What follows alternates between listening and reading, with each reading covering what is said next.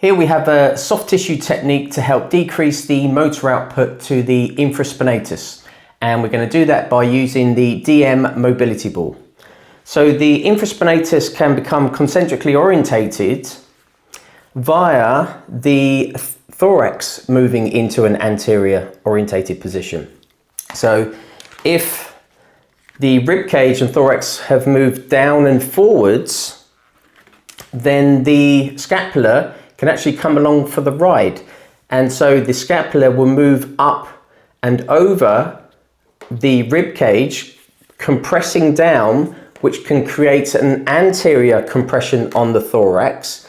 Now, due to the compression on the front, we can now get a shape change of the ribcage on the back. So the ribcage will move back, and then that's where the scapula sits.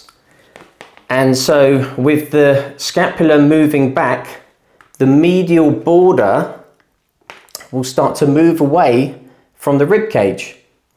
So I'm just going to put the skeleton down.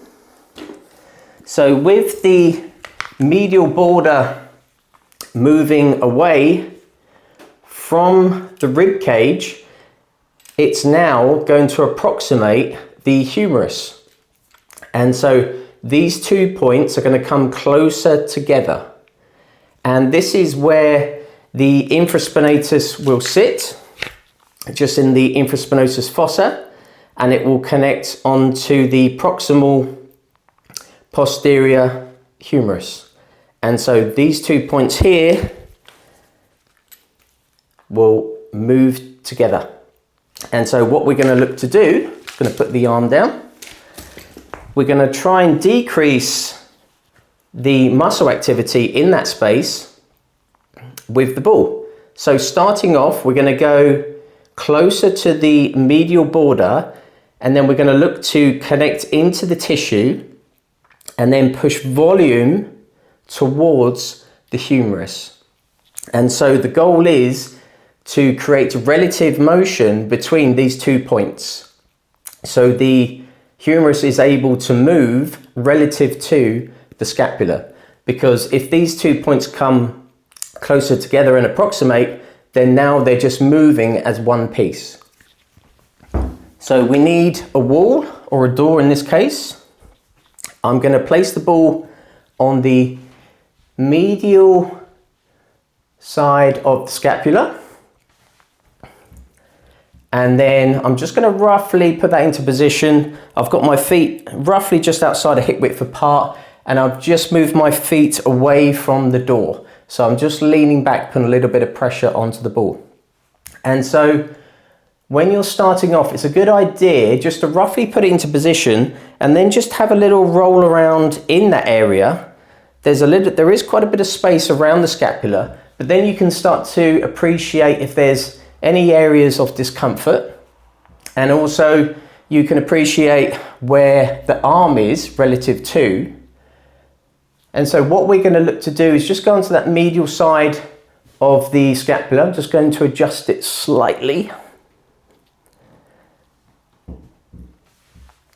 There we go. So I'm going to hook into the tissue, and then I'm just going to turn my thorax to the right. And that's going to help create a pressure towards the humerus. So what we don't want to do is create too much discomfort. In terms of discomfort, if 10 was very uncomfortable, we're going to stay around a 3 or a 4. We don't want to be tensing up. Also, it's important to breathe. Silent inhale through your nose, breathing out through your mouth. Just appreciating your thorax position. So we don't want to round the shoulder forward, and we also don't want to bring the head forward. So once we've found that position, we've gone into the tissue, moved volume towards the humerus.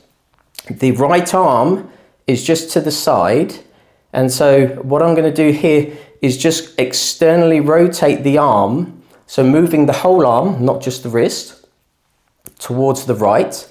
That's now going to approximate the 2 points even more, which will take the tension off. So once I've created that, it should feel a little bit easier. And then, just with the arm still by the side, I'm going to move my arm into an internal rotation position, just slightly, without rounding the shoulder forward. And in that position, that's where I'm now going to take my breaths in through the nose, out through the mouth. And that's where you're just going to hold the position. And so we can do around 5 breaths for around 1 or 2 sets. And then over time, you can then extend the amount of sets that you do. And also you can then start to move the arm away. But starting off, just have the arm by the side and then literally just moving the hand, or the arm should I say, internally or externally.